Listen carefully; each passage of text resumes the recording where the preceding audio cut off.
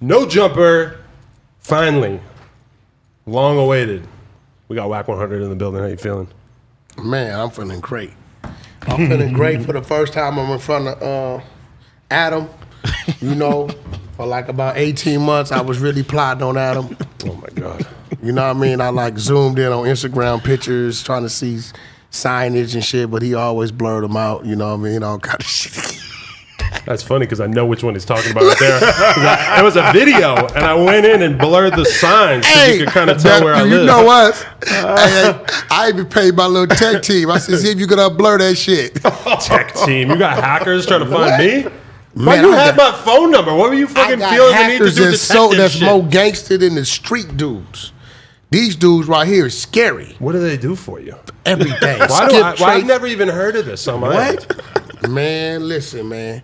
They give you everything, most frequent locations, where you call the most, where you traveling to, where you at, where you work, all that.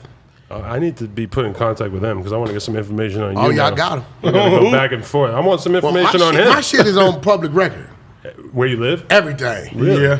You gotta be growing up in the streets, right? I always tell people this. Like, I don't know why people like, I'm gonna find out where you live. Living in the hood, everybody always knew where you live. Everybody. Right. The house got shot up, and I don't give a fuck if you know where I live. Like, you got to come, and then whatever happens, happens. You know what I mean? Where I live is set up a little different now. You know what I mean? I got like a couple hounds back there that's gonna die for me. You and I got about gated community? And I got about 32 cameras that's hardwired with battery backups so I can see you. And I got a bunch of neighbors that they don't like people like me. So anybody like me that comes through there that's not me, they calling the DEA, FBI, LAPD, everybody. You can just call the DEA? Man, them white folks is calling the police, bro. They barely used to me. Do they like you? Have they gotten used to you? Well, they're used to me because I think they don't like the fact that I don't participate. I come home, put in the garage, go in the house. Right. I'm not going to no little meetings they have and all this Neighborhood HOA. I ain't doing none of that. The neighbor come, I'm signing off. I don't give a fuck what you do to your house, ain't my business. So I just don't talk to nobody. But they curious about me because I come in all times of the night. Sometimes I'm gone 2-3 weeks. The only time they don't report me is on 4th of July. Because I do an illegal fireworks show. You do? Every year they don't report me. Any other time, they bother me a little bit. Training the dogs, they're called the dog people. Yeah. Tell them I'm cruel and unusual punishment to dogs. I've never done anything in my backyard that like aroused the suspicions of the neighbors. Well, you know when you training your dog, you got to train your dog to like if they pop the gate, the dog got to be able to go out, know to go out. Oh, okay. They hitting the dude in the bodysuit. Oh, you got the guy in the bodysuit at your gunshots. Okay, yeah. You got to train your dog. Like my dogs don't recognize gunshots. Really? They train them with a starter pistol, so when the dog is coming at the guy in the bodysuit, they firing the starter pistol. Pow, pow, pow, pow. So in their mind, nothing happens to them when they're attacking the guy in the bodysuit. And the reason why you do that, so if somebody comes in your yard that does have a firearm, if they start to fire at the dog is not gonna break stride. If you don't break stride, it's a good chance dude may get caught off balance, or they give you those 2-3 seconds that we need in the house to get prepared to deal with what we got to deal with. Have you actually had to deal with home invasions of this sort that you're preparing for here? I know people that have had home invasions. Like my dogs, like usually when I leave is one in the garage. I got a lot of pop locks around my house, like they gates, pop lock side gates, so I can pop it from my phone and shit. So I can pop the door in my garage and my dog will go in the house and he's gonna run the house. Wow. He's gonna really literally search that, you know what I'm saying? Anything in there, he gonna bark, I'm gonna hear it, things like that. So I'm one of those guys that like to stay ahead of the problem. I need a bloodhound. You're making me feel like I'm kind of naive. No, you definitely need a dog for real. I mean, listen, I got 4 big ass dogs. I got 1 presser, 3 Carsos, and I got 3 little bitty dogs. The little dogs hear the shit before the big dogs. They hear you way down the driveway. When they bark, they alert the big dogs. Little dogs ain't gonna do shit, but they like a alarm. Right. They hear, when I hear them, or they run to the door, it's a motherfucker at the end of the driveway. He ain't even made it up the driveway. It's crazy. Wow. You know, Wack100 just brings so much personality to the table that like you feel like you're going to be asking him questions, and it's like, nah, his energy is predicting where this is going to go. But thinking about the neighborhood thing, I seen the video, Unc, of you was like, get the fuck off my property. What was up with that shit? Okay, here go a thing. Nobody comes to my house unless I know you come to my house. If my daughter got friends coming, she's gonna say, Dad, I have friends coming. So when that goddamn alarm go off, or I look up and see some of those cameras, and ain't nobody told me nothing, it's automatically. So how I got my home, you know, you got this enclosure. Well, I made it an enclosure. You know, you got the little rock shit, you walk in, go to the front door. So all the doors on my house are metal. Everything's metal. Interesting. Even the back sliding door, I snatched it, it's metal. So I then made an enclosure. So it's a front door to the front door. So I could open my front door and your ass is still outside. I could talk to you. So dude started asking me about, you know, the owner of the house and all this. And what the red flag was, he says he's here for solar panels. Now here's the problem. My bill used to be $1,900 a month, right? Since I put solar panels up, my bill's $300 a month every month. I got 62 big ass solar panels on my roof that I know you can see. So when he asked me about solar panels, now I don't know who the fuck you are. You know, we always, as black people and as people from the streets, we're assuming you're up to something. Either you want to serve me some type of subpoena, or you want to get me to open your undercover, you want something. So when you ask me about some solar panels, I'm like, I know you see them big ass solar panels on the roof. There's 62 of them motherfuckers. You cannot miss them. In order to bring a dude's bill down to damn near 20% of what it was, it got to be a lot of juice going through there. So at that point in time, you know, I'm like, yo, man, get the fuck off my property. Don't ask me no more questions. Don't ask me who I am. Just get off my property. We good. And then sometimes your people are a little naive. My people, solar panel experts. White people don't understand black posture. Hey, man, get the fuck off out my yard. Instead of them leaving, this is what they do. Well, sir, I was just, hey, what the fuck don't you get? I mean, you don't have to be that way. You know what I'm talking about. You got to do that kind of shit. You know what I'm saying?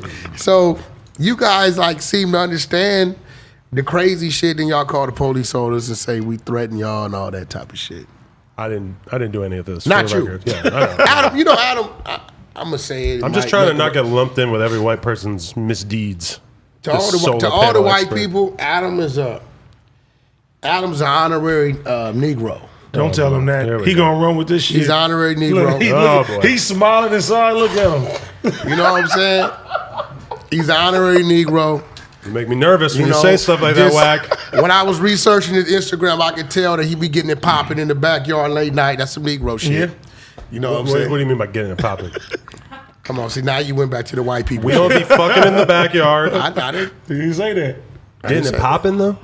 We don't do nothing in the backyard at night, I'm going to be honest with you. During the day? During the day? I mean, I've done some porno in the backyard for show, but... During the day? Yeah.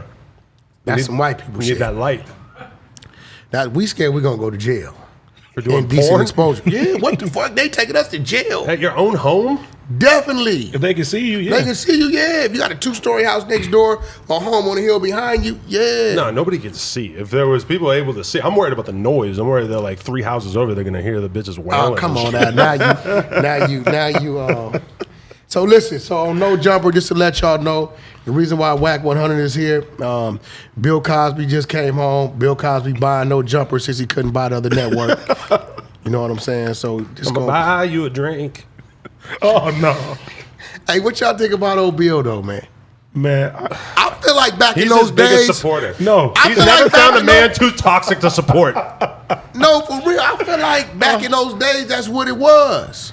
AD got a big R. Kelly back What tat. No. R. Kelly did that shit. I ain't gonna Okay. Well, what you think At R. least we can Kelly agree did on that. wrong? They got videos of him with minors and shit. But He didn't cross the line with that. But no, you know, in Illinois, 17 is legal. I think they was way like younger 14. than that, right? Is it? They're like 14 and 13. I didn't see no 14, 13. Yeah, I didn't see that. that. I seen something about with a bucket in the corner and some crazy shit. And some Yes. shit and all that too. But I didn't know if that Piss. was some, you know how y'all be into that shit. Y'all.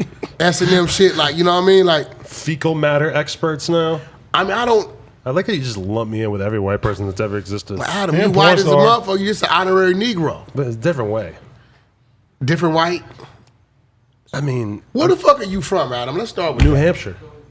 How'd you, so you, see, this is what I mean, people. Some get people are these- just born to be too good for their circumstances. We and get they end these up having to people come that out way, you know? here from all these spots and just take over our shit because y'all scared to take chances at what we need to do. You know what I'm saying? Danrue was on there. I should have asked him that question, right? He's calling me. Oh boy.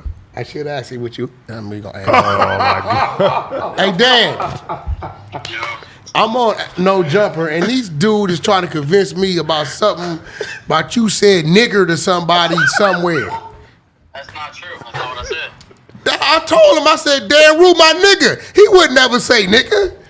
I never said it with an ER. You said it. Oh, so you said it like the homie, like, what's up, my nigga?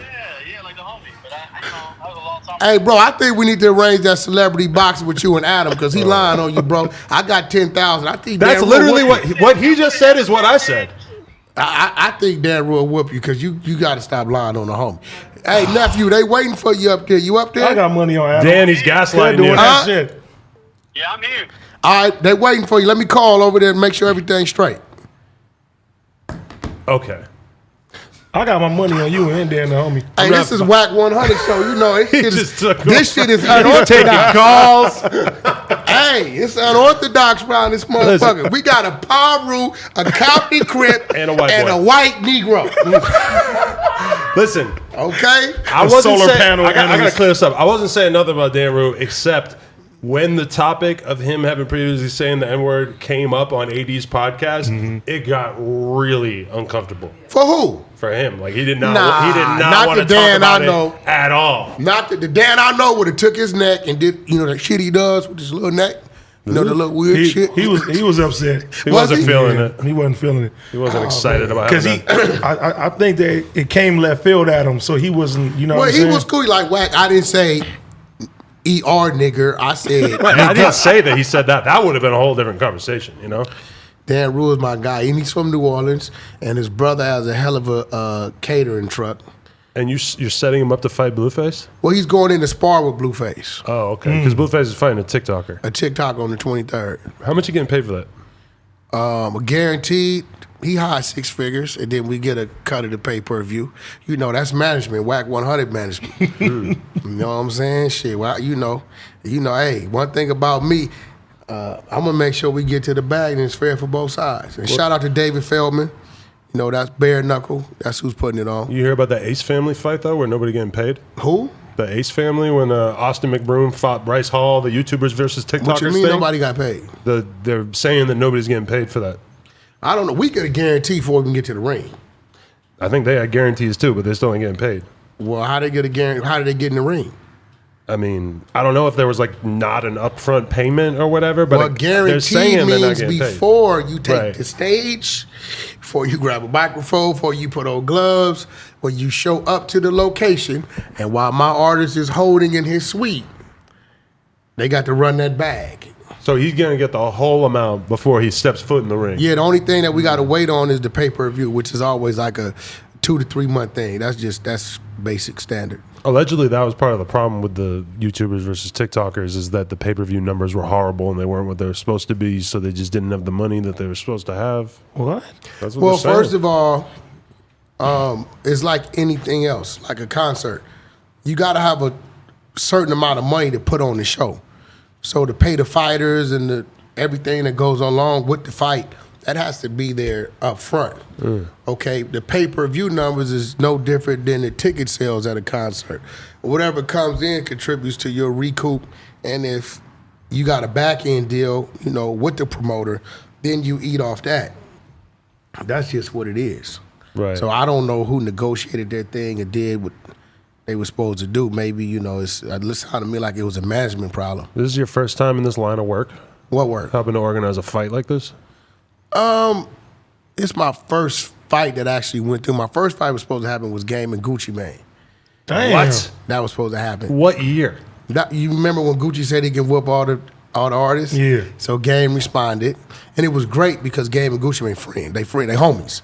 So Game like, hey Gucci, you my nigga, but I whoop your ass. They're homies. They never worked together, right? Nah, we got work with Gucci. Okay. Yeah, Game and Gucci solid. Okay. Like, so it wasn't a beef thing. It was like some man shit. Get in the ring with your homie. And it was supposed to happen. I was putting it together. At that time, Coach K, this is before QC, was Gucci's manager. Right. So we was putting the whole thing together. It was going to happen. And then Gucci he started getting into his legal thing. And Oh, that's before he did that that's last right bid. before, Oh. yeah, you know. But Gucci had went and built the whole ring in his house. Everything. He was training was going down.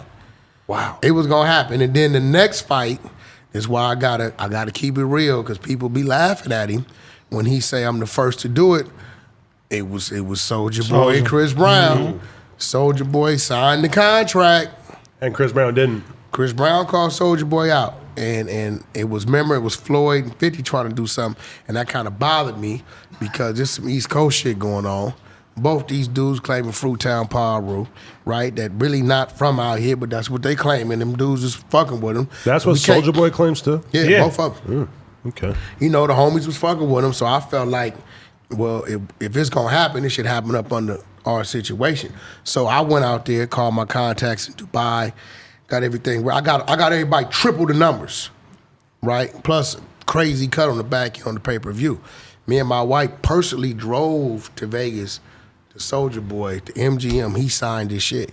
Damn. I had my man Fred Frenchie, who's Mike Tyson's manager, right, with Chris Brown. They were out here in Burbank or something filming.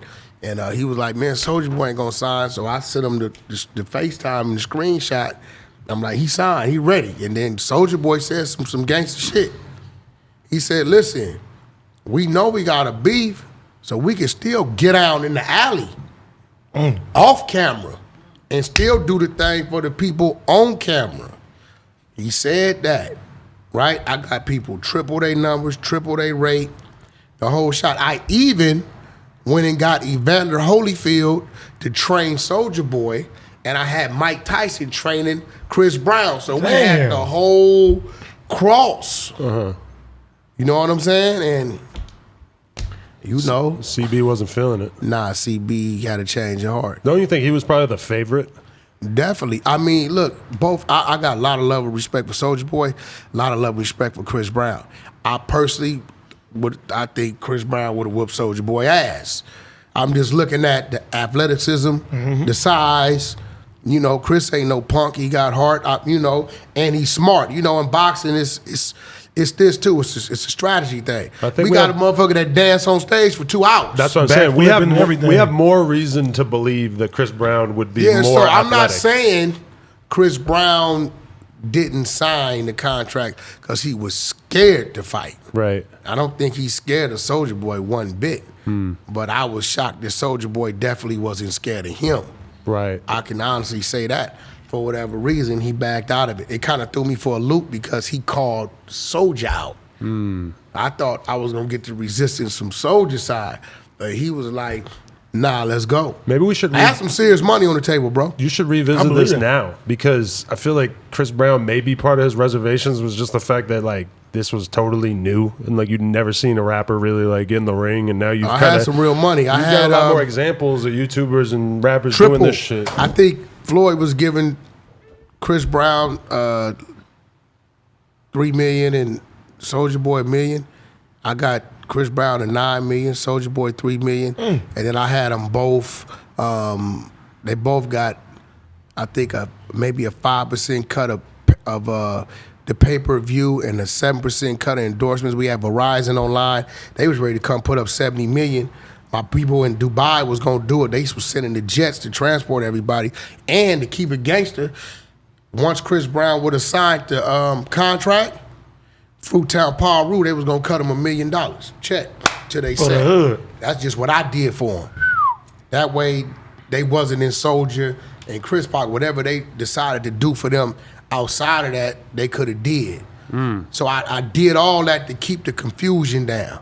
You know what I'm saying? So there's like a Fruittown Piru LLC or something. There's like an actual I mean, organization. no, it's a few guys just like me. You're like Oh, okay. AD. It's a few guys It's like an over there. unofficial structure. It's a few guys over there that got their business right, that they could have received that, and how they, disperse it amongst each other is their business. You know what I mean? They all would have known that that's how it was gonna go. Right. And like at the end of the day, it'd have been a legal earnings. I got a good fight for the undercard too, because C-Mac was just hitting me, telling me he wants to box another rapper. I told him I Who's would that? have told him I fight him. Who is C-Mac? C-Mac the low. Crip Mac. Crip Mac. The crazy nigga. Yeah. Fight. Yes. Yeah. Yes. Oh yeah, that nigga. Hey, listen, I man. told him I fight him. He told me he shout gave out- me a hey, rapper look, that said no disrespect to none of my the crazy people dude. from who was out that I know, but dude then got me through a few gloomy days. Me too. You hear how he He talk? said he watched it like 30 Hey times. yo, that nigga A million. language is crazy. He was like, what did he say? Under 5 me? Mm-hmm. He said, I got at some stitches. He don't use no B's. Nah. It's amazing Yeah, how yeah. fast You he seen the is with second it. the second interview? Nah, You they gotta watch told me that one. something about he say he got whooped on in jail or You something. gotta They watch lost a that tooth. one. Yeah, I mean, at least he told the truth But about the it. Kevin way, Gates about it, too. the way he talked about fighting in jail made it like it was just the most intense Hey, monologue bro, I about give him. that Hey, shit. look, I ain't gonna lie. I give the dude a lot of credit and respect. I don't know really where he be at, but for him to be running around 55th Street. with that tattoo he got across his head and he's still living, that take a lot of heart. Yeah. You know what I'm saying? That take a lot of heart. I'm kind of scared to stand next to him. But physically. he's, Nigga, you had him twice on here. hey, I know, but I'm not going to 55th Street.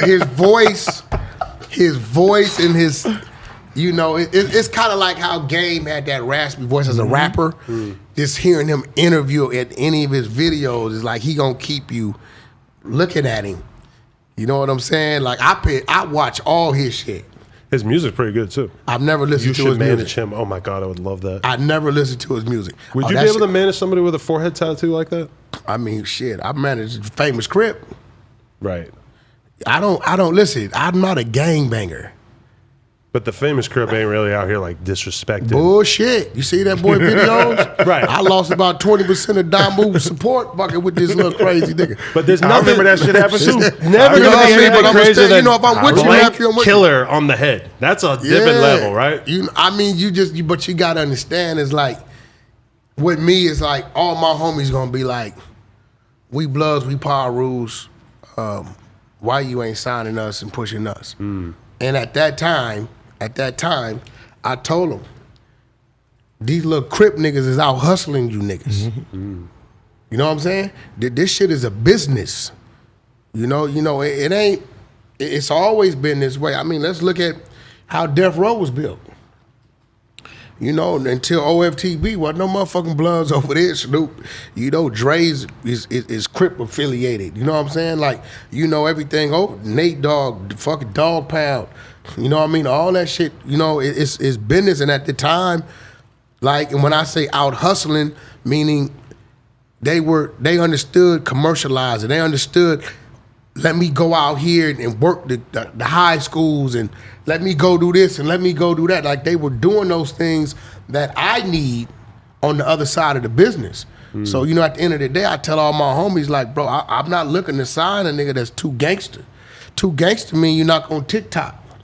Too gangster means you're not gonna work yourself and do the things I need you to do on these social platforms. I can only do so much before you have to cater to your crowd.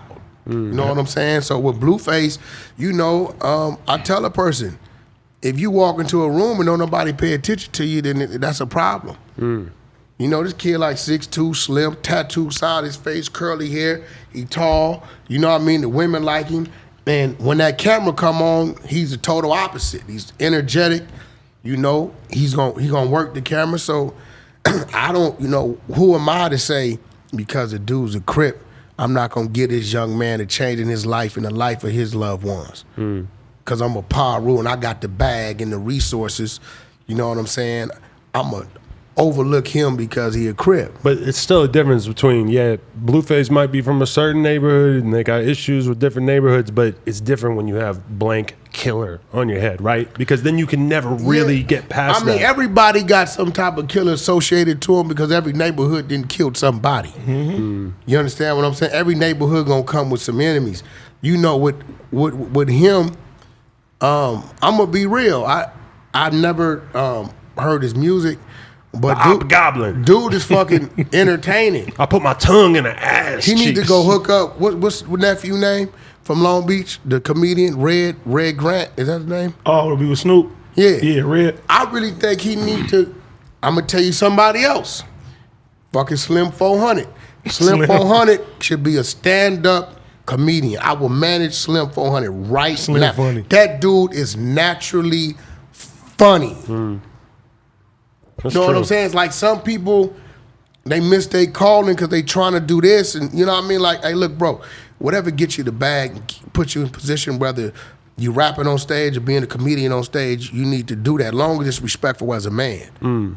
But it's a few dudes, I think, that need to get on that stage, bro, because I will watch that dude. His voice, the way he looks, shit he says, I will watch. And he can do the gangbang shit. I don't care. As a Paru, I'm listening to all the Crip shit he's saying. I would love to book C-Mac for a stand-up comedy special. That'd probably be hilarious. I'm telling you, we got to get 10 metal detectors before you get in through that door, because I'm not going to be responsible for him getting Abe Lincoln in there, man. Yo, Billy Western.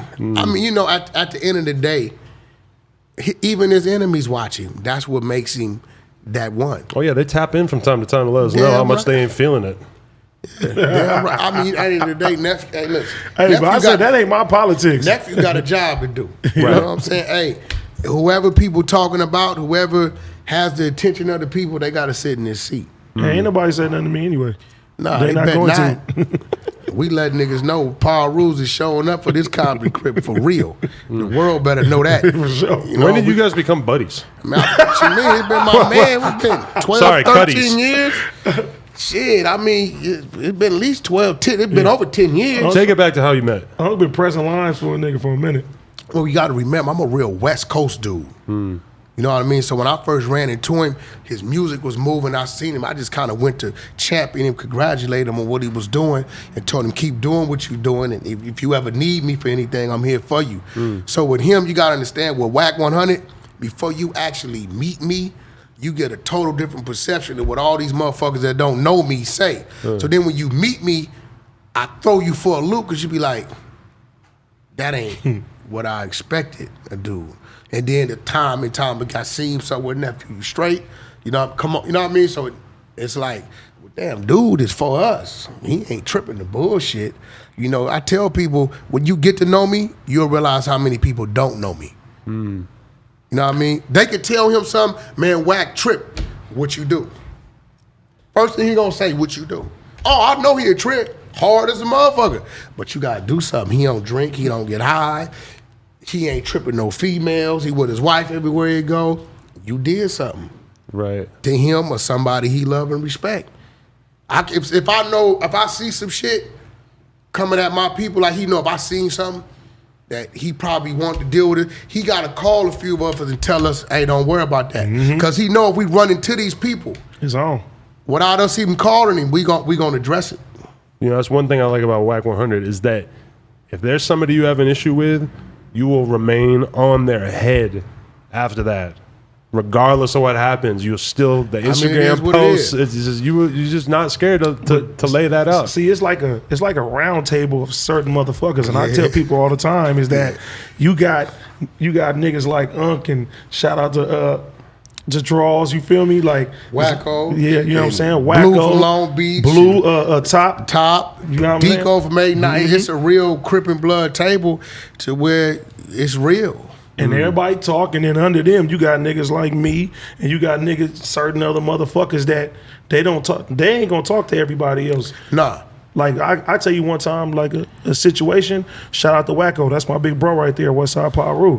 One of my little homies did some bullshit in my hood to one of his family members. He could have sent the troops over there. You feel what I'm saying? Not gonna do it. I respect him. All the respect for me, he said, "AD, I'm gonna let you handle the situation." You know what I'm saying? And I gotta handle it the way that I gotta handle that shit. It's a you know real what I'm saying? respect, bro.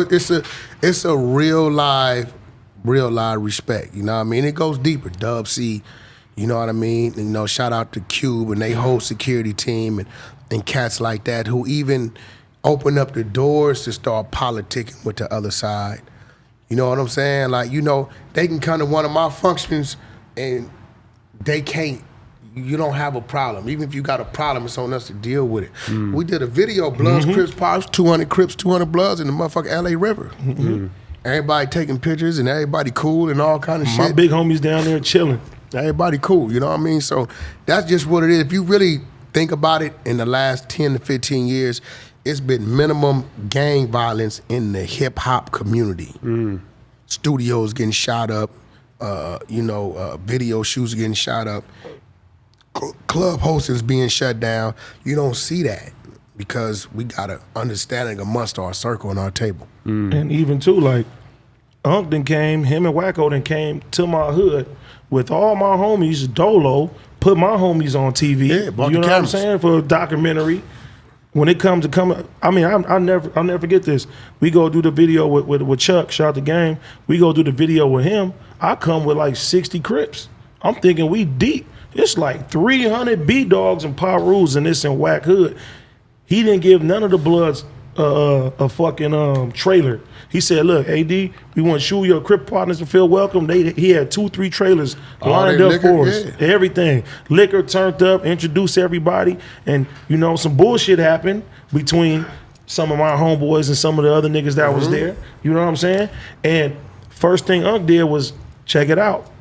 This is on my watch. You know what I'm saying? They And can't did the come over bullshit. there dealing with no problems. They are guests. You can't have no fights. You can't have no issues. You can't even be disrespected. Any disrespect to them, we gonna feel. And that's just, that's just what it is. And, it's nobody in Los Angeles, that's that big or that gangster where they can't be touched. It's the politics around the individuals that keeps them from being touched. You know what I'm saying? It's people get on them phones and realize that that's gonna lead to this and lead to that and lead to this.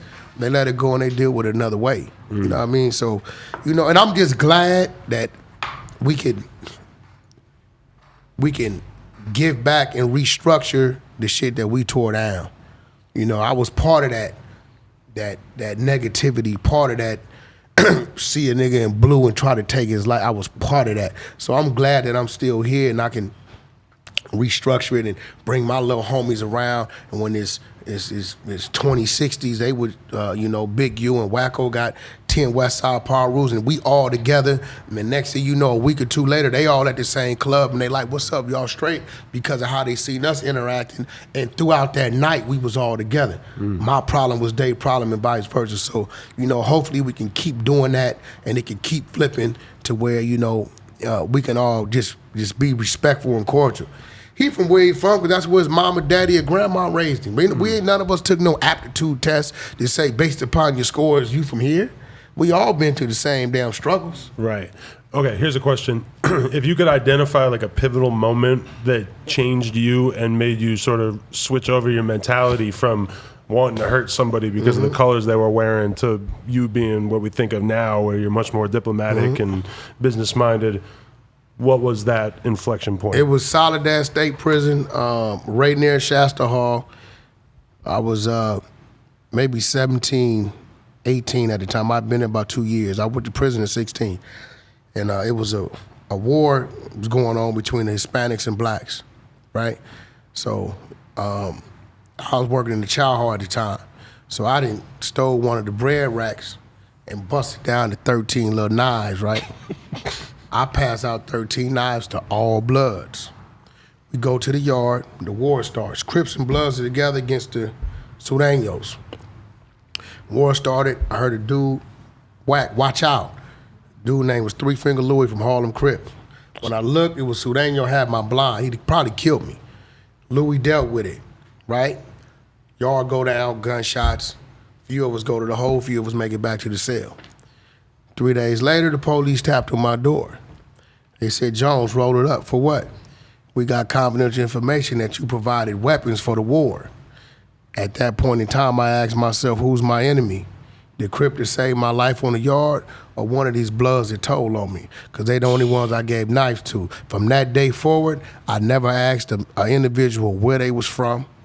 I never addressed them on that level. I respect them as men. If you wanted to gang bang, we could do that.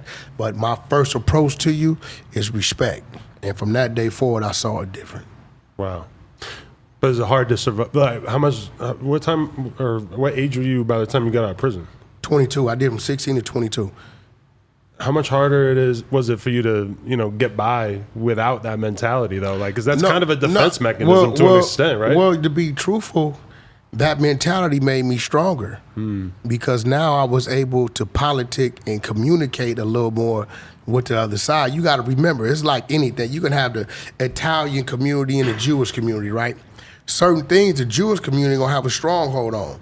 Certain things the Italian community have a stronghold on. If those two communities come together, they can share resources, they can build a bigger community. So with me having that mentality and them not seeing me as a threat, right? I was able to talk to this dude, and this dude got the child hard, and this dude controlling the visiting, and my guy is this, and my guy is this, and we was able to put it together and, run a smoother yard, less of a lockdown yard. Dudes have fights, head-ups. I pat theirs down, they pat ours down.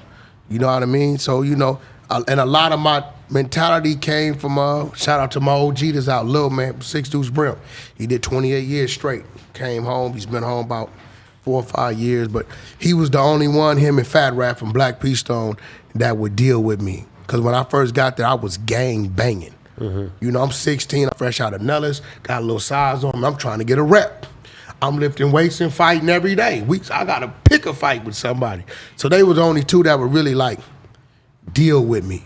And they told me we saw leadership in you. You know what I mean? Because the politicians work against you. They could turn around and say, man, this dude got the yard fucked up since something at him. They can get you off the yard, whether you want to get off the yard or not. All they gotta do is involve you in a major altercation and you out of there. So it made me stronger because now instead of just dealing with the red side, I had a percentage of the blue side as well. And then once I came home, guess what? Wack, holla at me. I'm paroling. So now I got a boy over here from 8-9 East Coast, my boy over here from 60s, my boy over here from Santana Block, my boy over here. So now we talking to each other and we coming together, putting together our business now on the streets. You know what I mean? And then it just grew from there because to a certain extent, we all need one another. We can survive how we know to survive, but when we together, man, it's something different. Nephew, I'm running to him in Miami. I'm in the lobby, and we gonna live. You just can't get and live. Nephew, what's happening? Man, I'm trying to, come on. Miami, shout out to Miami Headliner Mike. We should all go to Miami together. Yeah. Yeah, definitely. Oh, he got the red carpet. Shout out to Headliner Mike. I feel like if I fall asleep, I'm going to dump a cup of water in my head. We like walk in. To sleep. Not only did we walk and not live. going to sleep. Hey, D-Town, not only did we walk and live, we go to our VIP, they bring us our liquor. Nephew, I said, nephew. Get on stage I right said, now. you want to go to stage? He looked at me. He said, hell yeah. We walked from the back of Live all the way to the front. I told a couple securities, y'all back up. We get through. I come in, nephew following my lead. I take a mic from the DJ, give it to him. He on stage before they even know he on stage. I go tell the DJ, yo, this is whoop de whoop, pull this shit up, boom, boom, boom. Now down. he is sitting in front of Live with motherfuckers like Drake and Lil Wayne and Future. This day stage. And he performing his shit. A Paru pushed that for this Compton crib. You know what I'm saying? Right. Because I want to see him win. It's about our culture. I want to see him win. I honestly believe that if something happened to me today and my wife or my child or my daughter or something was to contact this man and he in position, I believe he'd do everything he can to assist my family. For sure. And that's how I see things. Period. I like what you did a lot of shit. You antagonize shit. You agitate shit. But But Do I? you have been a great pedestal to our urban community when it comes to this hip hop thing. Thanks. You know what I'm saying? You be like, nobody could. Your interviews have helped catapult people's careers. You know what I'm saying? And I know that. Like, I'm the front. Even when I didn't like your ass, I still called you. Hey, man, I got this new artist. Could I get him up there? Because I know that platform. And I respected it. He said, Wack, he ain't ready. Okay, cool. You know, because he'll let Blueface come. That's when True Car was in his earlier times. But I respected it because he knows his platform. You know, so, you know, like, you know, I definitely appreciate you for that. I appreciate that. And I told him too, ain't nobody hiring.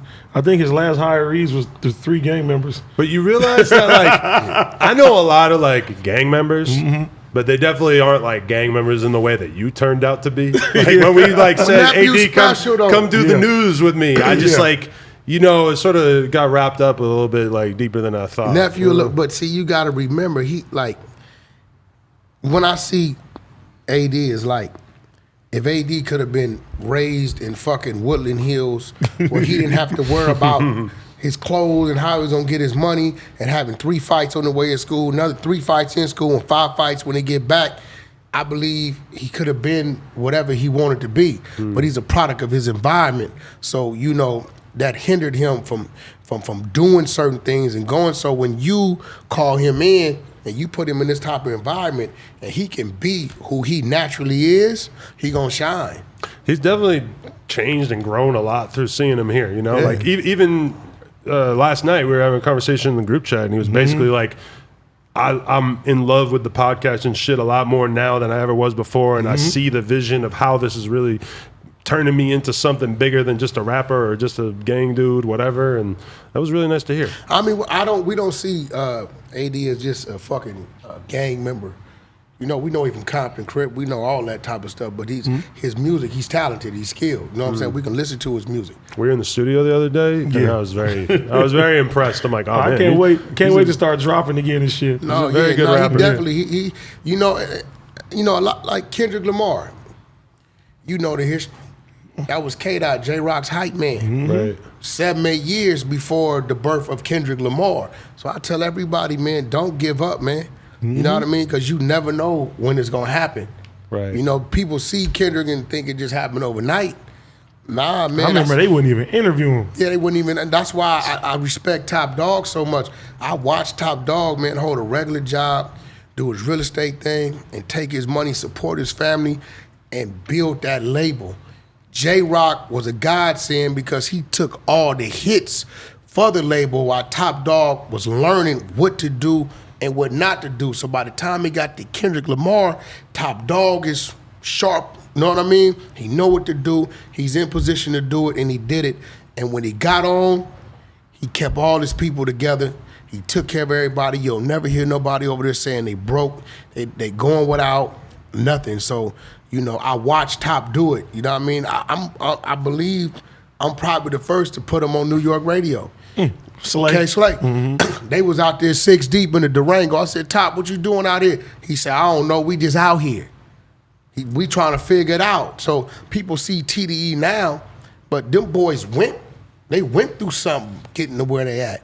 You know what I mean? So, you know, Top could have gave up and said, man, fuck this, I'm just gonna do what I'm doing. He stayed at it, man. He spent a lot of money, took a lot of losses, a lot of L's before it started happening. So to everybody, man, you know, stay in there. Don't give up. You 1 hit away from about 10 million. This is one thing I like about Wack100 is that you are capable of having the most controversial opinion and just airing it out like as if it's nothing. Yeah, like the girl smoked the weed. You seen Yes, Sha'Carri. He said, go No, back. man. He Like- said, send her back to the dispensary. that? That bar in particular, I'm like, oh my God, this Yo, guy. listen, I'm gonna say this as a people.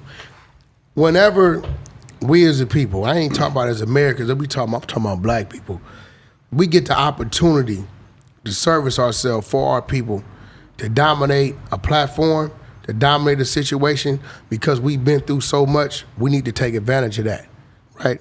This girl's presumably the fastest female on the face of the earth that's competing, right? Now, you went through all that work, all that to get to where you at. and you allowed a motherfucking blunt to keep you from standing in that middle podium and holding your head and your fist up high to represent our people. Yeah, you let us down as a people. I have nothing against her overall as a person, but this situation, we needed you. We needed to see that. And now, because of lack of discipline, it's gone. Because we don't know what's going to happen next year. You may pull a muscle, get hit by a car. Shit happened, bro. Man, you know she said she smoked because her mom died. Nah, bro, that's like, listen, man. You call that nigga shit, man. Hey, listen, bro. So we pretty more. Well, my brother got killed. So fair. That's the reason why I robbed the bank. So don't take me to jail. Nah, man. Like, you know, her everything about what she does requires mental discipline. Right. Like you racing, knew you were preparing for the Olympics. This is what I'm saying. The Olympics doesn't this fuck ain't around. no black shit, white shit. The rules and regulations. This ain't no California shit, NBA, NFL shit. The rules of the Olympics says you cannot any drug. You don't want to be involved in a sporting event or organization where you could break the rules and then they just feel bad for you, so they let you stay in it. I sent the post of your Instagram to AD and I said, why is Wack the only one making any sense about this topic? One thing AD know, I'm gonna call a spade a spade. AD do some more silly shit, nephew. You know that's the most silly shit you do. I'm gonna tell him. He know I'm going to. Can't nobody go tell AD Wack said this about you. A motherfucking liar. Let me check my phone. Cause the nigga I'm gonna tell him. He'll call me. I'm gonna tell nephew what Even you when doing? he had a problem with you, he called me. Hey, he said, nephew, come on. I'm like, what's up, man? You feel me? Because he asking me like, basically like, hey, you fuck with him like that? I'm like, yeah, I fuck with Adam, bro. The nigga cool. You feel me? I let it go. It was no more conversation.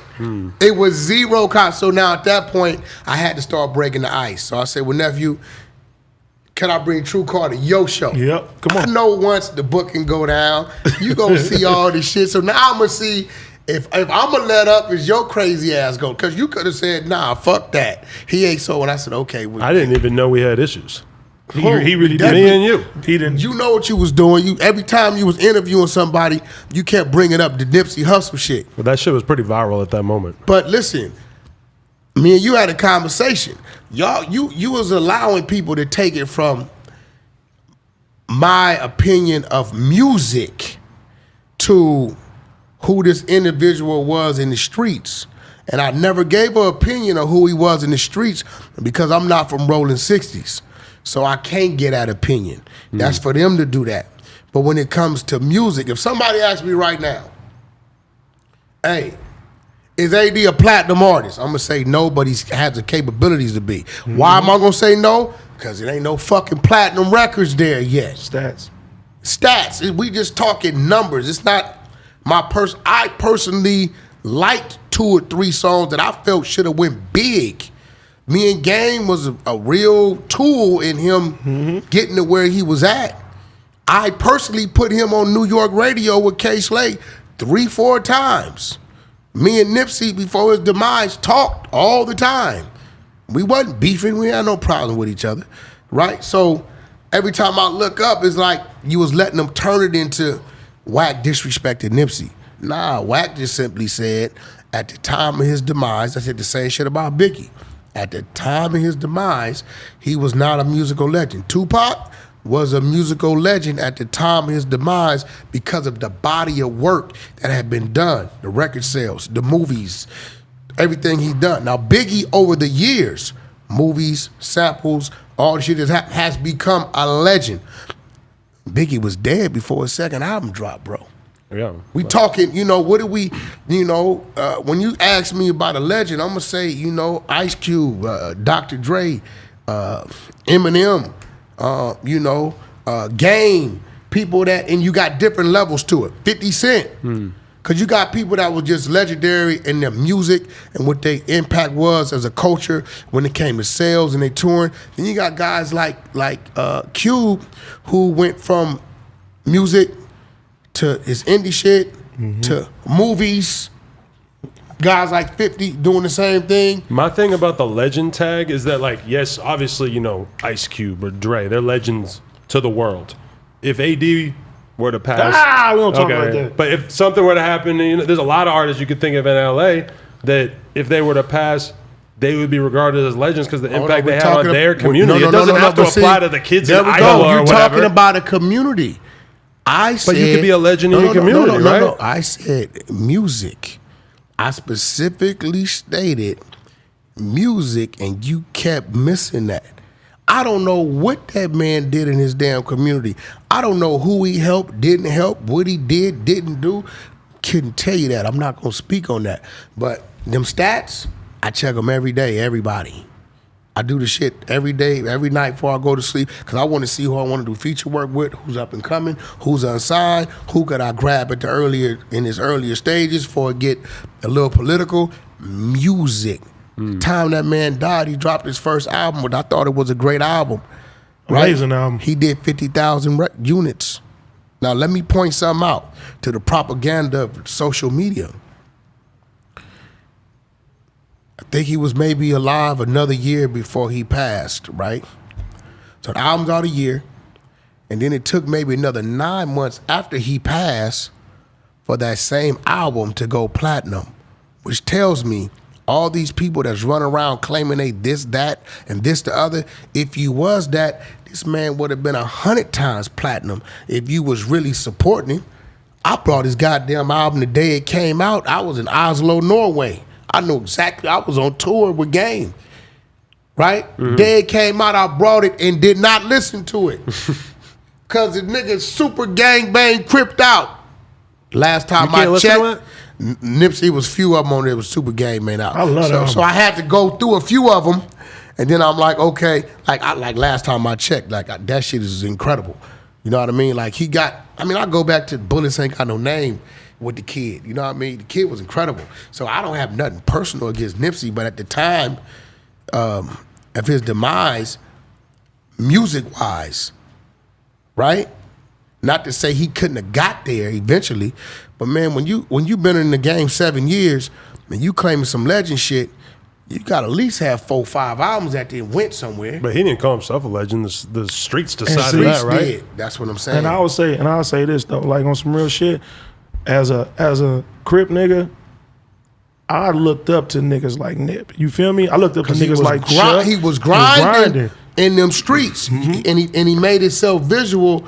Which, when it comes to who he was as an individual to this West Coast and this hip hop game, can't nobody take nothing from him. Even in his demise, the impact that he had when he passed away, ain't nothing happened like that. Well, see, that's another thing that I feel like people are overlooking, right? And I'm saying this not to take nothing away from Nipsey Hussle, because it took for his demise for other things to happen. Nipsey wasn't killed by blood or somebody from another neighborhood. It was an internal thing, somebody from his own neighborhood, right? So it was other people, cats like Big U that said, hey, let's have a peace march. Everybody meet on Crenshaw and Slauson. Without Big U calling that wouldn't have happened. Nobody had to march based upon his death and say, we're gonna go march because these dudes, the police killed him, or these dudes killed him. Big U called that, so we gotta look at, he kind of created that movement that was in his name. But let me ask you this. If Nip had gotten killed by his enemies, there wouldn't have been any peace march, right? Definitely wouldn't have been any peace march. Which is interesting that it But had his enemies loved him though. You feel me? They fuck with I him. know a lot of his enemies that would, they ain't even look at him. It's the same way how a lot of my enemies don't even look at me as I'm from where I'm from. You know what I'm But saying? you know get what, man? afforded that through success. And you know what? right? I've been Doing kind of real moved. shit. I've been moved right now just talking about this, right? Because I've been a little cocky about this shit because I felt like I didn't do nothing wrong. But you know, I really feel like nobody's bigger than the program. Nobody. And then sometimes we gotta be sensitive even to those that don't understand how you saying it. And I've been hearing a few things out here about a few people, and I hear and I've been dismissing it. But you know, I'm gonna be a man about it. And Black Sam, his brother, his baby Laura. Listen, I meant no disrespect to your brother, no disrespect to your husband. at all. His mother and father, I was simply giving my personal opinion when it came to music. I know people take things in social media and they twist it. So you hearing it from me, I've been no disrespect. If you took anything I said as disrespect, my apologies wholeheartedly. Hopefully we can run into each other and have understanding and a head nod or whatever it may be. But you hearing that come from me, and you probably will never find this nowhere on social media, me even giving anybody apology, because I tend to stand on what I believe in. But at the same time, you guys are going through something different with your emotions when it comes to his loss, to where you don't want to hear anything remotely derogatory to anything. So, you know, my apologies if I rubbed you the wrong way. I didn't mean it in that form or that matter. You know what I mean? I hope you can accept, and it's all love. Respect. Meek Mill. What about Mickey? Mickey, yeah. I just seen you in the comments on academic shit. Again. Yeah, but this is the thing, right? Like with the kid, the 6ix9ine kid, right? For one, academic he's a blogger. He's a villain. He's a fucking blogger. He's going to report what people want to read, what people want to see.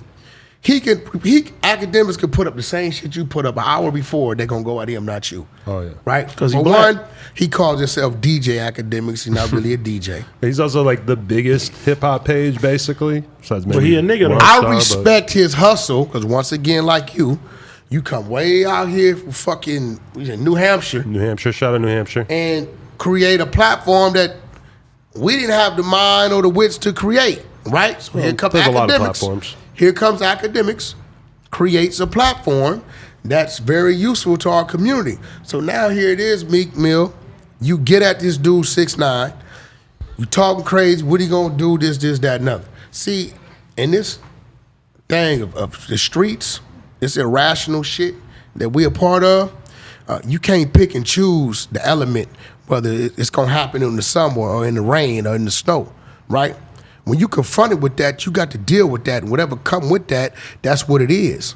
So what happened was the goddamn prey came for the predator. Nephew will tell you, you pull up with your team, with us, it's our team with your team. Whether you got Green Beret, whatever the fuck you got with you, the minute you come aggressive, it's on. So now when the man came, you want to play, oh no, this, that, and other. The crazy part about it, Meek Mill had 2 off-duty police with him. I knew him. The other dude had a bunch of Haitians with him from the fucking office that was just getting their bread. Wasn't nobody with him, law enforcement. So at the end of the day, now here you go again back at academics. Hey, look, Meek, you came home. I just watched a thing on him last night on Amazon Prime. Where they showed like a little interview of what he went through being on probation 11 years, right? Bro, stop concerning yourself with anything that's conflicting in the street that you gotta address, because it seems like that's not your lane or your mission today. The minute you address it, like he addressed me, like me, when you see me, it's on. Red carpet, Grammys, Emmys. Fuck what it is. Whatever come with it, gonna come with it. We gotta get out. You said, I said, that's where we at. We fuck all that. I'm going to a award. We don't give a fuck about none of that. That ain't where we come from. If you don't wanna abide by that and live that, stop putting yourself in that. Stop getting at people about this what you on, but then when they confront you, now it's Sunday service. Oh nah, man, I'm taking the higher road. Take the higher road with your comments then.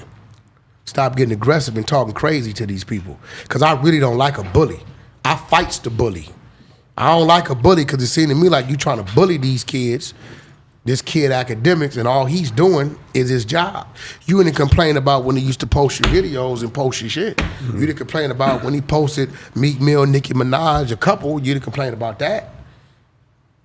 You know, hey, if I walk out and get bit by a goddamn dog, that's some news. I ain't gonna get mad that you report. You know what I'm saying? Like, that's what it is. Right. I don't know. From my perspective, when I think of the Meek situation, though, I felt like he handled it fairly responsibly, and that He handled it the way you would handle it. Exactly. You're a civilian. Yeah. But also, get it? I care about my future. No. And I don't want to get into a bloody encounter outside a nightclub. You are a civilian.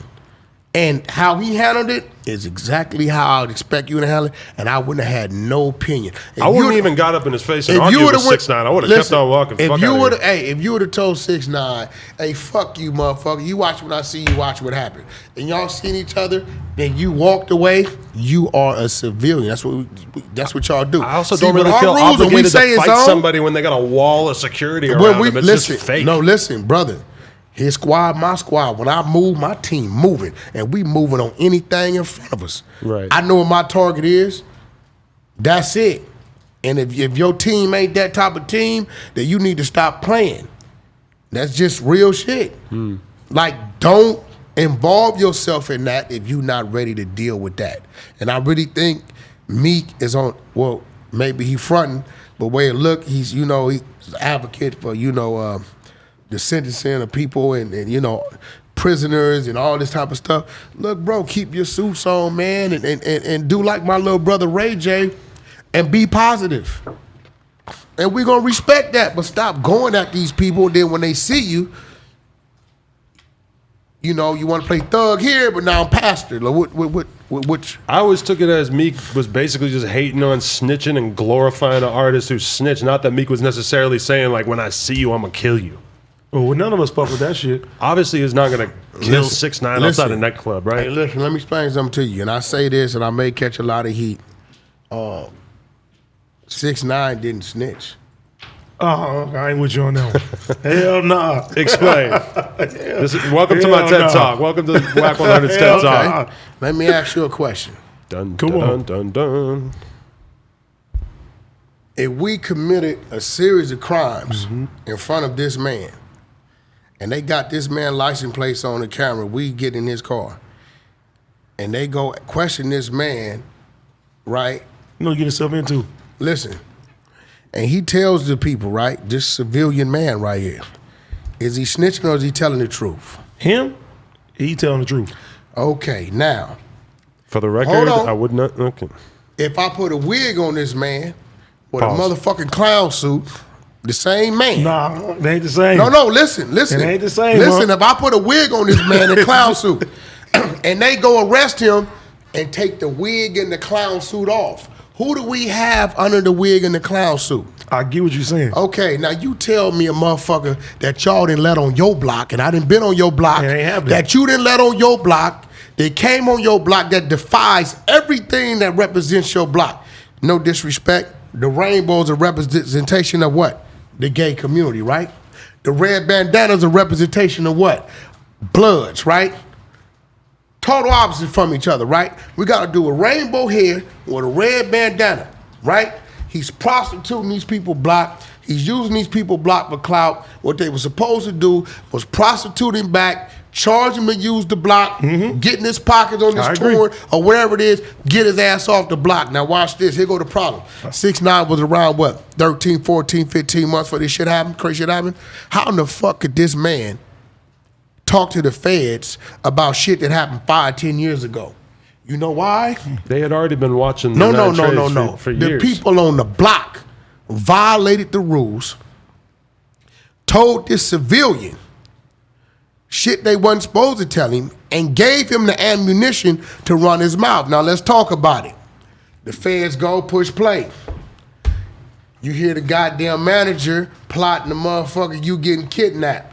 They show him his jewelry. We found your jewelry when we raided this dude's house. That's the dude that was with him. Then you hear this dude fucking your baby mama. Now remember, he got a red bandana with rainbow hair, but when he take that costume off, this is a fucking civilian. Nephew, they were never supposed to put this man in a position that he was us. At all. That he was us. So when I say he didn't snitch, hold on. I think he just went back to who he was. No. If you say it like that, that's all I'm saying. Wait a minute. If you say it like that, you can't ignore that him supposedly calling hits and, you know what I'm saying, trying to do gangster shit and do all type of stuff like that. Could that nigga come to your block and call a hit? No, he can't come to mine. He can't But they allowed They allowed a civilian. That's their fault though. That's their This fault. is not nobody who is sanctioned, who's authorized, who has the authority to even dictate or say anything on the block to do these. This is. But you know how the streets, some niggas now in the streets, What made that him- power of that dollar right now, niggas will sell out the What whole made car. him us? He wasn't us from the get go. What's the opposite of us, nephew? But they let him civilian. join the gang, right? That's Like all I'm saying. you just named a couple of different superstars. That's all I'm saying. Who are part of a gang, right? Huh? You just named a couple of different rappers who are part of a gang. Who? I don't want to go back to it in the context who of this. names? We just talked about Soulja Boy and Chris Brown, right? Are they gang members? If they snitch, are they will all of a say sudden this. reverting They're back not to gang members. civilian? They're not gang members. They are gang representatives. Okay, but could you say the same thing about 6ix9ine? He I seemed will like never he was acting ever, like a member. and no disrespect to Soulja Boy, that's my nephew. I got a lot of love with Chris Brown. My son thought he was Chris Brown all his life growing up. Dressed like the nigga. I think AD thinks he is too. I would never ever put Soulja Boy or Chris Brown in a situation that they have to become who it took me 30-something years to become. It's not going to happen. I'm not going to do it in front of them. That's not them. See, when you hear the word our card, right? If you pop the hood of your car, right, and we take the radiator out, the motherfucker ain't going to run. Hands out, it ain't going to run. It take all the parts for this to run, right? Everybody serves a purpose. Some shit don't know about the other thing. You understand what I'm saying? I got people from my neighborhood that's fighters, never shot a gun. People that's shooters, never had a fight. People that's pimps that don't want to do nothing but pimp. People that just make money. People that's just was born into this shit because they got generation of family. We got them there because shit, they make the hood look deep. Everybody ain't for everything. And it's just real shit. So, no, they ain't gang members. They not gangsters. They are hood representatives when it comes to this music thing. You know what I'm saying? And they both done a great job. I got to salute them by not allowing themselves to be prostituted by the gang. They both been very elusive, you know, to where they deal with who they deal with, but they still in control of their business. Because back in our days, when you was on that death row shit, oh no, you was going to do what you was told to do. You was hollering that out your mouth. Believe that. You know, when Pop said M.O.B., that meant Ma Pa Ru. Like, much of y'all want to make that shit not me. What M.O.B. mean, nephew? My Baru. You know what I'm saying? So Money over bitches. that's what it meant, though. Right. Right? So that's why when it came out, whatever the homies was talking about, he had to be talking about it. So, you know, people got to understand, you can't just induct a motherfucker and make him this when he ain't went through what he got to go through to be that. 6ix9ine was a fucking civilian. I don't care what they allowed to happen out there. That man was a civilian. They were supposed to know better. And when them feds That's press true. play and let that man hear they fucking his girl, they was the ones that kidnapped him. They found his jury that he had to pay to get back at his homie's house. What do you think that civilian gonna do? I'm not finna put what I fall up under on this man's back. That's But so crazy. if you trust the wrong person, then them snitching isn't It's not- snitching. it's not even it just trusting the seems wrong like you and your friends don't call each other, y'all go do some shit, y'all not gonna say you's a fucking rat. Y'all go deal with it like some bitch. Fuck you, you fucking told, fuck you. That's it. I tell on AD, I'ma leave here. They gonna be looking for me, something gonna happen. I'm obligated. I've been charged with crimes, murder, that I did not commit. I was at my fucking girlfriend's house sleep, right? The people they really arrested might have been them. They put it on me. I had to ride it. I had to fight it, turn it. Couldn't say nothing. It's people he know that's doing life for shit that we know they didn't do. I got a homie doing 50 right now for something he That's did. part of the politics that we come from under. You cannot that come with this shit. But I don't see 6ix9ine as a gangster, a thug, or anybody who's been inducted to this shit to where I'm putting him on my level. I'm not putting that dude on my level. He's a civilian. He's Denzel Washington. He was fucking playing a role. You know what I'm saying? He's playing a role. It's just real shit. Game can't. Game can't snitch. He's snitching, nigga. It's games, he's snitching. He got to ride it. It's a few people that's in this shit that got to ride it. But it's a lot of people in here that, where are they? Who are they really for real? You know, so I mean, you know, I don't condone what he did. A lot of people I knew, shout out to Nuke, that's my loved ones that got caught up in this shit. But, you know, at the end of the day, a lot of blame got to go to that block. They shouldn't have did that like that. They should have known better. Shouldn't let them in the first place. A lot of them are locked up right now thinking about that, I'm sure. I'm not going to take you to my projects knowing it's some shit about to happen. The homies just finna rob this, beat this. I'm not taking you over there because anything may happen. You get caught up, they ask you questions. I'm responsible for what you say. I shouldn't have had you there in the first place. Facts. They can't say Adam snitched. Now, Adam told, man, we got your car over here. This motherfucker over here slumped over dead in the trash can. Hey, man, I seen the 3 dudes beating the dudes. They was on my car, Mike. That's how the blood got in my car. It wasn't me. I'm going to say, officer, I'm with Wack. I don't have anything to say. He's a Wack got me civilian, here. like, bro, like. I have a note from my mom in my pocket. My kids Not a are gang member. civilians. Please Google they me, are sir. taught to tell the truth. Right. And people say, you going to support 6ix9ine when he get out. Definitely going to support him. You are. I have no choice. Why haven't you tapped in with him then? You know why? I'm going to tell you why. I have a 16-year-old daughter who fucking knows my credit card better than I know it. And it's on everything that she does. So when she streams or does this or buys a shirt that's his or whatever, it's coming from my fucking bank account. Your so daughter has a 6ix9ine shirt? She got all she thought. My daughter thinks he's funny. She laughs like she's not. I'm not gonna tell my daughter, hey daughter, check this out. Oh, Paru, daughter, you can't be listening to no motherfucking 6ix9ine. I'm not gonna do that. Right. So what I mean by support, it's my money. You know what I mean? So whether I like it or not, that's happening. Now I think his time is come and gone because I ask her all the time, like, we're over 6ix9ine. Right. You know, these kids now, they own you, they all for you. Now, am I gonna personally go out there and say, I champion 6ix9ine, yeah, that's hard, let's do some feature work? No, I'm not fucking with that. But I'm just being real. Like, I see the charges. It's my money. She's doing it, and I'm not gonna stop her because it's my daughter. I'm not gonna turn her into no motherfucking thug or no shit. Shit, what I'm gonna do? I just got to fall back and let it happen. Do you ever have any conversation with your kid about how you feel about certain artists, not even him in particular, that they might listen to? They know because my kids know their father. They tell you my daddy's a gangster. They know everything about me. I don't hide shit. I'm who I am. They understand everything. You know what I mean? They just know Pops is totally legal when it comes to generating revenue. My kid's phone book is dangerous. That's interesting because your kids are like in the dark, right? My About kid's the gang phone shit? book is. How old are your kids? My daughter 12. See, my daughter's 16, my son 26. So my kid's phone book is. My kids have his number in their phone book. For sure. I went shooting with your son. Wack100. See what I'm saying? Wait a minute. Oh yeah, it's dangerous because in the event that Pops is not here, something going on, they're gonna call these people. You know what I mean? And we are very protective of our children. And these people are gonna show up. Their phone book is fucked up. I don't keep who I am, where I come from, what it is for my children. I don't keep that. They know, stay away from certain things, how to identify certain things, how to protect yourself, what to do, what not to do.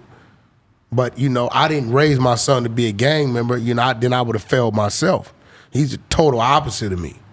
You know what I'm saying? He's a better me. Do you see any sort of like instinct in him that worries you of like, damn, he's gonna want to be a part of some shit one Not day? at all. He ain't grow up like that. Not man been behind a gate with no sidewalks. I didn't grow up like that, You but know, I still want to do all kinds of bad shit. I had to send him to fight class to learn how to fight and buy him his first gun and send him out there. You know, we learned how to use that shit in the street. We learned how to fight, every day in the street. How old is he? 26. Oh fuck! I didn't even know. I went I had shooting no with idea him. he was that old. Look, you would have to know that that's my. You gonna be like, yo, this is not Wack's son. Total Slide his opposite number. I of won't me. be friends with him. You asked his damn daddy. He's total I'm asking opposite of me. He cool as fuck. Hey, he hang out with all like. I don't wanna ask him. Listen, like when it comes down to who he hangs out in the industry, I'll look up and him and Will I Am down there kicking it at the studio. Him and Will I Am. Because they doing mobile apps and shit. Really? Yeah, man. I don't want my son to be like me. I had to go do some shit. You know what I mean? I want my son to be better than me, and he's actually better than me. You know, we've been kind of beefing for 2 weeks, and I got on him. I got on him, and then he like kind of said something to me back. And you know, it's crazy because your kids is really an image of you, and they know shit, and they be scared to say it, and then one day they hit you with some real shit, and then you get mad about it. But over time, you think about like, damn, he really was right. You know what I'm saying? You know, you like, Dad, sometimes you approach me wrong, and it's like you tear me down. But to us, we try to make you harder, tougher. But in his world, that ain't what it is. Yeah. His hard and tough is activated when he got to defend himself. You know, he a real dangerous dude because he real cool, but he'll fuck you up because he good with his hands. He got about 5 guns. He stay at the range. You know what I'm saying? But he's humble, calm. But he's gonna do what he has to do to make it back home. You know what I mean? Interesting. Yeah. My daughter is like she's daddy's. She's me. It's crazy. It's like I gotta watch her. Yeah, she thinks like me. She plots, she plans, she executes. How old is she? She's 16, but she's, you know, I was ahead of my time. You know what I mean? So a 16-year-old female Wack. She knows what the hell's going on. Sounds kind of scary. I'm not gonna lie. She understands the business, and in between me and her mother, watching her mother, like you know, like she sends me invoices. Dad, you owe me some money. Oh, that's smart. Cause you know I gotta, you know, people gotta write out all the lyrics and shit. I'm not doing that shit, so.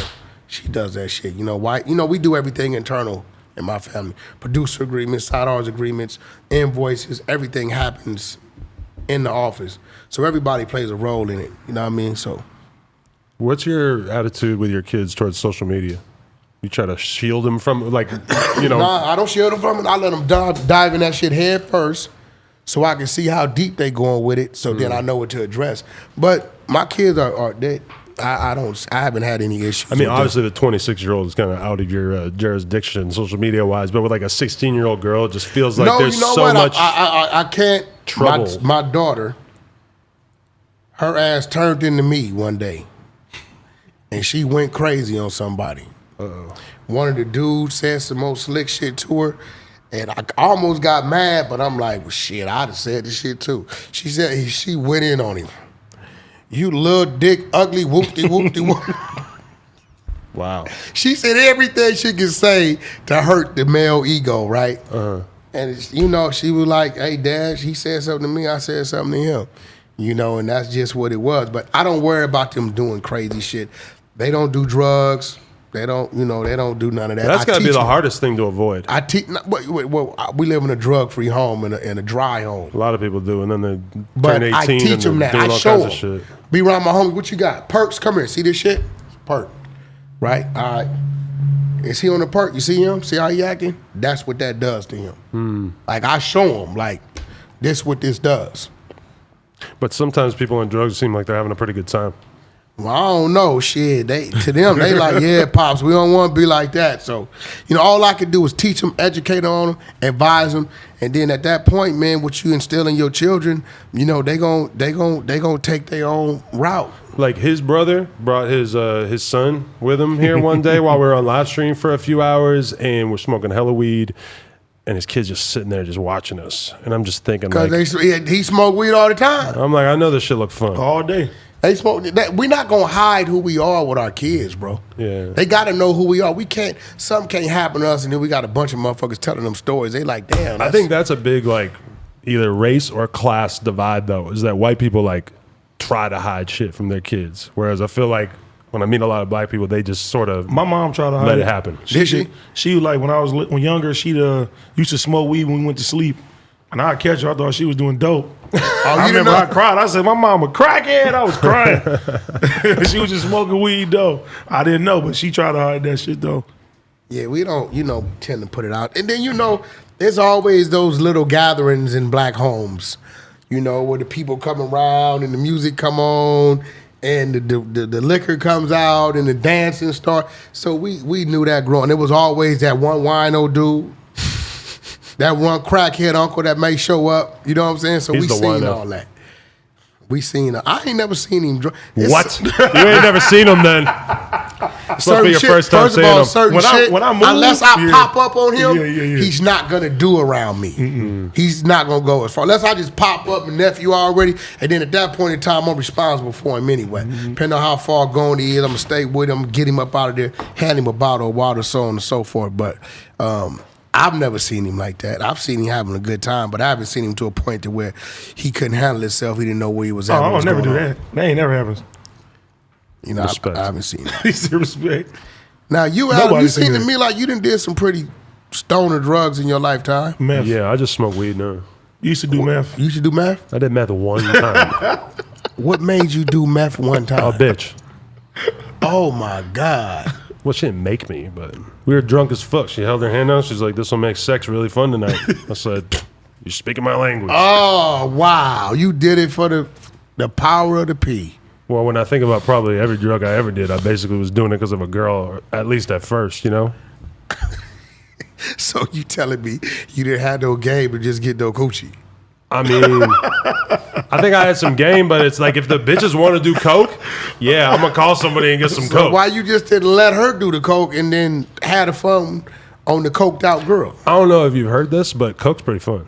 I I mean, it's not good in the long run, but it's a good time at first. What's up with our man right Anybody here? who's done it can tell you. To all our children, Look at them shaking their heads, to thinking all they our tough over children, there. Coke Eating is not Cheetos. fun. Hey, you better never had that dude up here with he up here. Yeah, we've discussed. He's made that very clear on Fi-Fi Crib. Yo, to all our children, Coke is not fun. I didn't know you knew who that was. No, the drug. Who that's nephew? What you mean? Nigga, that nigga been around a long time. T-Rail, he been I'm out gonna start here. calling everybody nephew when I can't remember their That's name. trail. Adam Shit. don't be knowing the niggas he got around Nigga, him. without here was no Tiger. There you go. It's just real shit. Like, motherfuckers don't want to give niggas they props. You know, it was a lot of shit going on. That nigga he from one of the most notorious gangs in Los Angeles. He from a gang that said, fuck the red and the blue. We wearing orange. Criminals. We ain't Crips, we criminals. Right? So now when you dealing with a neighborhood like that, it's a lot of savages over there. So here come a dude like Tiger, right? Who originally was doing some other shit over there. He wasn't over there because of him. It take the politics of certain people to keep that man right. That man could have been tied up somewhere on some other shit. That was this man's politics. Every time I had an issue with the man or somebody had an issue with the man, I called Trail. That's who I called, and he always worked it out, and we figured it out, and we got through it, and we kept it moving. And then at the end of the day, was he more gangster about him that I respect. Even when Tiger wanted to take another route, another lane, Trail already established himself to where he didn't get mad about it. He kept doing what he doing and let that man do what he wanted to do. Most of the time, motherfuckers get mad, get to beefing and some other shit. So he had a genuine love and respect for the kid because he didn't turn or change on him when he got changed on. And that's just, can't nobody tell me about it because I was in the middle of a lot of it. You know what I'm saying? So I'm one of the dudes here say, you know, Wack, we over here. Tell Wack where we at. He ain't gonna come with no bullshit. He ain't gonna tell no niggas. Wack just pulling up. So yeah, you know, he is who he is. You know, it's a lot of people people don't know because they don't be on social media. They ain't that outspoken. That's part of our movement out here. Trail, part of our movement out here. You don't need to big him up anymore. Man, He already got kind of a big head. He don't need no more cockiness. Nephew, no. He's already I feeling ain't himself. seen the nigga in a couple years, but when I see him, it's all love. You know what I'm saying? I see the nigga every day I ride down Melrose. You know what I'm saying? It's business going on. Not anymore. They Booming, too. shut the store down. Oh, Yeah, no, they no. shut the His store down. girl took the store over, right? I forgot. Yeah, so you know. They got a Pokestop over there. Oh, man. Hey, yo, I see you wearing that's an awful lot of cough syrup. Shout out my boy, Desto Dub. Yeah, Desco. I got a thing going and we're doing a collab with Dirty Politics. Oh, yeah? Yeah, I took that. That's my shit now. Desto Dub, let me just throw this out there. He's one of the great LA hood success stories of the past couple years, love and what he he's ain't doing. really got the credit that he deserves yet, in my opinion. Well, you know, the reason why I respect what he's doing with that, because that shit is such, it could have been so denounced as a negative, and how he took that shit and turned it into a fun household thing. You know what I'm saying? We know what that's a representative of, but it's so cool and catchy how he presents it. I wear this shit, and I don't drink no goddamn. A lot of Me people. too. I don't drink no lean. Well, It's just cool. So Little shout bit. out to him. You know, we're gonna do a little business together. He's gonna do a collab. You know, he's allowing that to happen. that's an awful lot of Wack100. You know what I'm saying? No, I got a line called Dirty Politics. Okay. So we're gonna do a Dirty Politics cough syrup collab. Nice. Yeah. I support Oh that. yeah, shout out to Richard Fashion Nova. Y'all heard what happened to him, I right? did hear about that. Yeah, You know get him? him. Huh? You know him? I know him personally. Okay. Yeah, shout out to Richard Fashion Nova. Tell y'all why. The man showed crazy character. I called him because I wanted him to do Blueface's boxing trunks, so we got to deal with Fashion Nova. Okay. And he was telling me what had just happened and so on and so forth. Then I get a call that night from Speedy, Hard Time Hustle. Speedy in Pre-up. tears because that was his nephew that got killed. In that whole situation. So I'm like, damn. I'm like, Richard just told me about it. So Speedy kind of like, you know, he feeling some kind of way about it. So I was kind of in my think tank on how I can kind of make something make sense. Because I know Richard is just a civilian. His security did their job. But I understand the politics and where we come from. We lose one. We know where it came from. Shit happens behind that. So I was able to get Speedy and Richard on the phone. And then Richard agreed to, and this man showed character with this shit. He agreed to assist with the burial, helping, pay some of the finances of the burial of the dude that really came to rob him because the remorse he had that he was a child. He was like 17, and out of disrespect of the urban community, like Wack, I support the urban community. You know that. I didn't want this to happen. I'm not, my security did their job. I had to tell Speedy, like, we can't. Motherfucker come to my house, you know how it go. You know how that goes. So, the fact that to be the victim of something and still want to contribute to the burial of that individual, that's a lot of character. Shout out to Richard Fashion Nova, the owner of Fashion Nova, man. That was a great thing you did. Damn. That's a serious situation. Yeah, not very serious. I mean, but it's like that, man. Hollywood is a ghetto. It's you know what I'm saying? Like, Facts. I tell all you new artists come out here, hey, look, bro, till y'all get y'all weight up, y'all tap in with somebody out here that's gonna let you know how to move, man. Go take your ass to the W, man. You know what I mean? Get a couple rooms and suites up there because y'all order these 15 chicks and 15 chicks will tell 3 different dudes what they was just at and what y'all was doing. And them Hollywood Hills is dark. Ain't nobody paying attention. I done stopped coming a and going. couple of them. That's what I'm saying. But you take your ass to that W, boy gonna hesitate on going up to that 18th floor. You know what I'm saying? Because you on candid camera as soon as you get there. Y'all new rappers, Don't get check them it to that Airbnbs W either. Hollywood. Stay away from them Airbnbs on this West Coast till you get your weight up, till you get your politics right, and you moving with the right team. Go ahead on, go to one of those hotels, bro, and be a little safe about it. When you saw the Pop Smoke shit go down, I told him 4 Thoughts? days before to get that man out of there and send him to the W. I was in Europe, and Monty and Avery Littman, one of them, had called through Birdman, and they was kind of asking me something. I said, yo, get him out of there and send him to the W Hotel, man. damn. You know what I mean? Because I started getting calls from my people that, yo, the homegirls was just up there, and this and that, and this and that. You get 15 chicks, they all got brothers or uncles or nephew or a nigga or a pimp that's from this, that. And first thing we asking is what them niggas got up in there, what they doing? How many of them? They got guns, they got jewelry, what that send the pin drop. That's what this is. You know what I mean? So I just strongly, advise when y'all on y'all way up, take small steps, man, before you get your pot. Check in. Check in is not no punk shit. When I go to New York, when I go to Chicago, Detroit area. Atlanta, when I go to Florida, wherever I go, I have a team. I let them know I'm coming before I get there. I let them know I'm there. And when I move with my team. I got a question for you.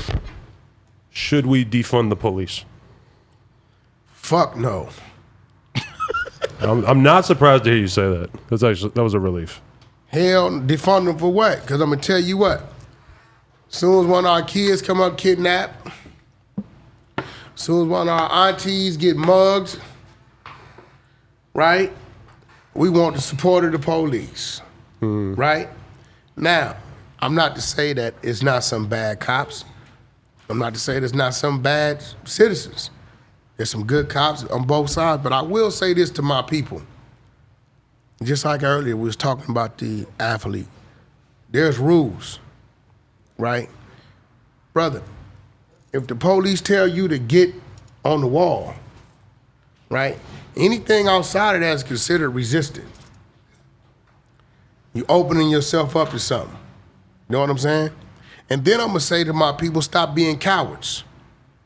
Because if he was George Floyd and I was that dude on that sidewalk, he definitely wouldn't have died from that knee. You know what I'm saying? You'll go fight 15 motherfucking Negroes, right? But you won't rush this police and get him off your homeboy neck. So, you know, we got to start learning how to follow directions and then assert yourself when you're supposed to. Don't pull out a goddamn, I'm not going to pull out a phone and watch him kill my partner. You know what I'm saying? I'd rather go ahead and take this simple assault on the cop and know my homeboy is still alive. So it's like one side we like, oh, they doing this. The other side we black power. Other side is this. But it's like, you know, if you run, they catch you, you're going to get your ass whooped. If you get on the wall and stop fighting the police, you might not end up down there getting choked out. You might have just end up with your hands behind your back. You know what I mean? So we, you know, it go both ways. We, you know, we got to stop. You know, I'm an all lives matter guy. You know, black lives isn't all lives, and I have Jewish, Russians, and Mexicans, and Caucasians, and you know, Asian friends and families that I'm dear about. You it's kind of crazy how they managed to politicize All Lives Matter and make it into some KKK shit. I don't know how. Yeah, because all lives just mean. I mean, shit, bro.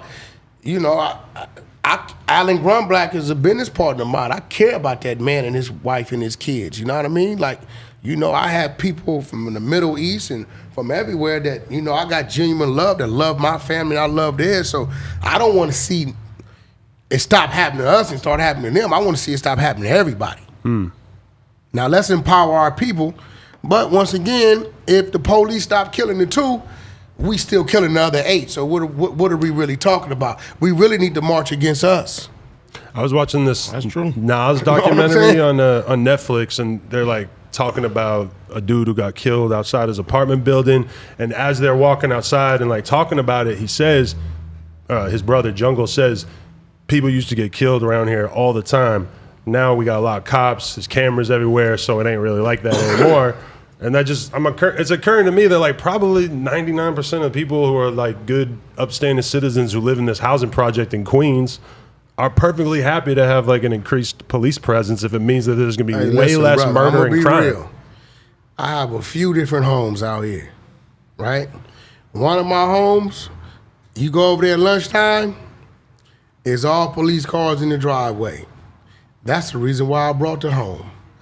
Because when I'm not home and my wife and kids are home, I want them to be as safe as they can possibly be. So I'm not one to denounce law enforcement, because the minute my wife tell me she hears somebody coming through the front door, I would hope that alarm go off and alarm the local police department, and they can get there to assist her after she shoot the motherfucker covered up the stairs. This is just real talk, man. So, you know, it's cat and mouse, bro. They got a job to do catches, and we got a job to get away. That's just what it is, if that's the game you playing. But if we want the community to be safe, definitely. But that's police presence helps to get there, right? Look, I've been pulled over in Compton, in Pacoima, in the Crenshaw area, and Beverly Hills, right? It's a different pullover in every location. Now, Pacoima pullover is a little different because they know who I am, but the gang violence overall is not as much as South Central or Compton. So they're a little more looser. Right. I get pulled over in Compton, they moving different, they want you to get out. All this. Why? Because it's been people that open fire on what they done been through. You know what I'm saying? I get pulled over in Beverly Hills. Hey, how you doing, guy? Hey, yeah, pulled you over. You're moving a little fast and such. Hey, you know what? We're gonna give you a warning ticket. Gone. It's the habitat that they in, bro. You know what I'm saying? A fish tank is totally different than a saltwater fish. Fresh water is different than the saltwater. Different than the ocean, different than the lake. Depending on where you at and what jungle you in, how they gonna react or respond, because they got homeboys too that have been shot. Cops. Because they were pulling the motherfucker over for a broken tail light, but he had 2 keys in the motherfucking car, and he had 3 strike case on the run with 2 bodies. I mean, you see clips all the time now of, a cop pulling over somebody and like, dude, you just seen the New opens Mexico fire joint? Yeah. Yeah, that blows shit the crazy. fucking cop's Dude head was off. cool as hell. Hey, buddy, yeah, you were moving. Hey, could just come on. That nigga pulled out an AK, got out on him. He ain't going home with his wife and kids that night, bro. So I understand. I was trying to do me and Tar Long from E1 television side. We were trying to do this thing called a ride along. I was gonna take a off-duty cop, put him in a car with a street dude, and let him drive around the ghetto and let him see what happens when the cops get behind him. And then take a street dude and put him in a police car so he could see when they go to pulling people down, our niggas is reaching and doing all kind of shit. So maybe we can start getting the understanding of what we both are going through. The understanding is what's necessary. At the time, they killed all, the Black Lives Matter movement was moving.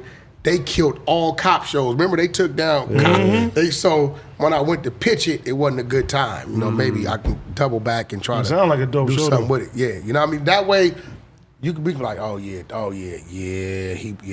you see what he do. So, when they do that, he got that. And then now the cop can see, you just ride down the street and dude looked and racial profile. He said, well, I do get, I do, okay. You know what I mean? So that, I just feel like everything got a starting point. And it may not happen in my lifetime, but if I can start it and somebody else pick up the baton and keep going, maybe over a course of time like it did with Martin Luther King and the rest of our leaders, maybe it might lead to something. Somebody got to start it.